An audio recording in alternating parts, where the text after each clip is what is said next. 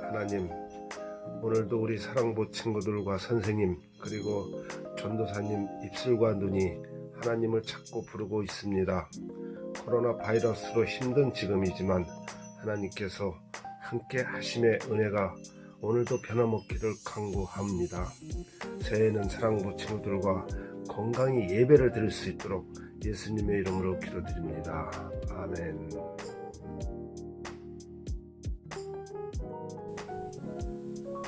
네, 오늘 함께 볼 성경 말씀 같이 읽어보겠습니다. 옛적에 선지자들을 통하여 여러 부분과 여러 모양으로 우리 조상들에게 말씀하신 하나님이 이 모든 날 마지막에는 아들을 통하여 우리에게 말씀하셨으니 이 아들은 만유의 상속자로 세우시고 또 그로 말미암아 모든 세계를 지으셨느니라. 히브리서 1장 1절에서 2절까지의 말씀. 아멘. 네, 오늘 말씀은 선지자 예수님이라는 제목으로 함께 살펴보겠습니다. 네, 우리가 지난 시간 사람이 선악을 알게 하는 나무의 열매를 먹는 그런 죄를 지으면서 하나님과 사람의 관계가 끊어진 것에 대하여서 배웠어요. 네, 이 끊어진 사람과 하나님의 관계를 이어주기 위하여 하나님은 예수 그리스도를 이 땅에 보내셔서 사람이 죄를 짓고 받을 그 모든 죄와 벌을 예수님이 다 덮어버리게 만드신 거죠. 오늘은 이 예수님이 이 땅에 오셔서 도대체 어떤 사역, 어떤 일들을 하셨는지에 대하여서 한번 살펴보겠습니다. 사람들이 하는 일을 보면 그 사람의 직업, 그 다음에 그 사람의 역할을 알 수 있어요. 전도사님 같은 경우에는 평일에 월요일부터 금요일까지 돈을 만지는 일을 해요. 이번 달에 이런 돈을 쓰는구나 정리하고 내년에 이렇게 돈을 써야지 계획하고 공문이 왔네? 공문 접수하고 일을 처리하고 사람이 없네? 그럼 사람을 뽑고 이런 일들을 해요. 이런 사람들을 회계사무원이라고 하고 있어요. 그리고 전도사님이 토요일과 주일에는 전도사님이 하나님의 말씀을 전하고 또 우리 친구들하고 같이 만나서 교제하면서 하나님의 사랑을 서로 가르치고 관계 가운데서 배우는 그런 일을 해요. 이걸 바로 세상에서는 전도사라고 해요. 이렇게 전도사님의 행동, 전도사님의 삶을 보면 전도사님이 어떤 역할을 하는지, 어떤 직업을 가지고 있는지를 알 수 있어요. 이렇듯이 사람들이 예수님이 이 땅에 오셔서 하신 일을 보니까요, 크게 세 가지의 직업이 있다는 것을 알 수 있었어요. 예수님의 직업은 목수셨지만 그보다 더 본질적인 예수님이 이 가운데서 하신 그런 역할, 본질적인 역할을 발견했는데 그걸 한번 알아보도록 할게요. 네, 구약시대, 예수님이 오시기 전 구약시대에는요, 하나님으로부터 택함받은 그런 직업이 있었어요. 임명받은 그런 직업이었는데요. 세 가지. 왕, 선지자, 제사장. 우리 많이 들었죠, 설교 때. 네, 그 세 가지 직업은 특별히 하나님께서 임명을 하시는 그런 자리였어요. 근데 생각해보니까 예수님이 오셔서 하신 일들이 바로 그 세 가지 일이었던 거예요. 먼저 왕으로 오셔서요, 우리를 다스리고 불의한, 지금 우리의 불의한, 우리를 의롭게 만드시는 그런 일들을 감당하셨어요. 그리고 네, 이렇게 하나님의 말씀을 우리에게 가르쳤죠. 바로 선지자의 역할을 하셨던 거예요. 그리고 이렇게 십자가에서 자기 자신을 바치면서 자기 자신을 희생 제물로 이렇게 바치면서 예수님은 제사장으로서의 역할을 하신 거죠. 우리가 잃어버렸던 그 거룩을 예수님께서 다시 되찾기를 원하셨던 거예요. 오늘 말씀은 이 세 가지 직분 중에서 예수님이 가졌던 이 세 가지의 역할 중에서 바로 선지자라는 역할에 대하여서 한번 살펴볼 거예요. 말씀을 한번 읽어볼게요. 차근차근. 옛적은 예수님 오기 전에, 옛적 그 구약 시대에 선지자들을 통하여 우리 모세와 다른 선지자들 배웠죠. 이사야, 예레미야 막 배웠죠. 여러 부분과 여러 모양으로 우리 조상들에게 말씀하신 하나님이, 맞아요. 이스라엘 사람들, 그 우리의 조상들에게 말씀하신 그 하나님이 2절 볼게요. 이 모든 날 마지막에는, 지금 이 시대에는 아들 예수 그리스도를 통하여서 우리에게 말씀하셨으니.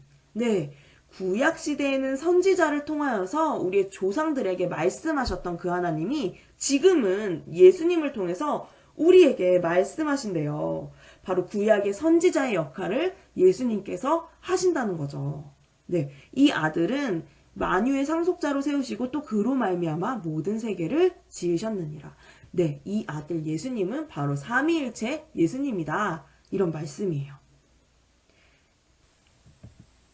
이렇게 선지자, 옛날 구약시대 예수님 오시기 전으로 치면 선지자, 모세와 같은 이런 선지자의 역할을 예수님이 하신다는 건데요. 예수님은 이 선지자로서의 역할을 어떻게 하실까?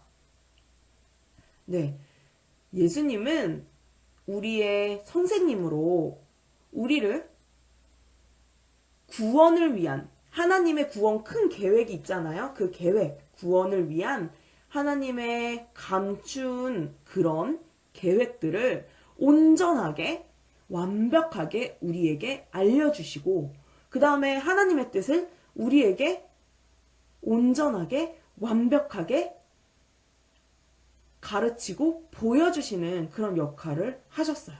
그래서 선지자라고 이야기하는 거죠. 이 예수님은요, 우리에게 성령님을 통하여서 일하고 계시기 때문에요. 그 말씀과 성령으로 말미암아서 우리는 하나님의 뜻을 이해할 수 있게 되는 겁니다. 그래서 전도사님이 전에 말했죠. 우리를 가르치시는 분은 성령님. 맞아요. 그렇기 때문에 장애가 있건 없건, 한글을 알건 모르건, 돈이 많건 적건, 그런 걸 모두 떠나서 하나님이 허락하시고 선택하신 그 모든 사람들이 하나님의 말씀과 뜻을 이해할 수 있는 그런 지혜를 회복하게 되는 거예요. 우리가 하나님의 거룩한 형상을 닮아서 지혜로운 우리가 죄로 인하여서 정말 하나님을 모르는 지혜 없는 그런 무식한 상태로 있었는데 그런 지혜를 회복시켜 주시는 거죠. 그 율법과 하나님의 말씀과 복음을 통하여서요.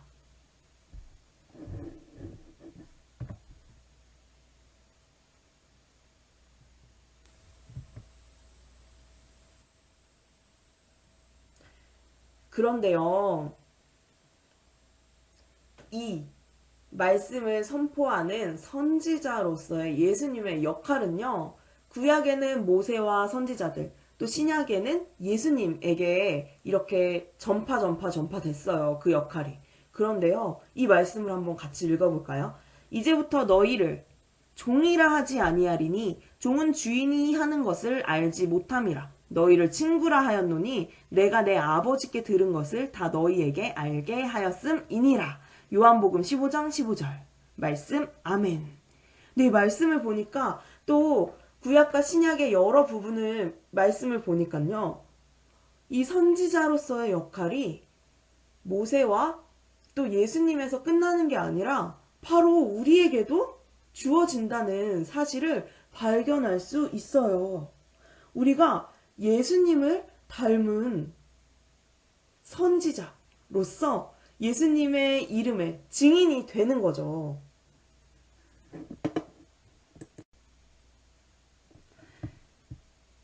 우리를 선택하신 하나님의 그 선택하심으로 인해 우리가 믿음을 가지게 되었잖아요.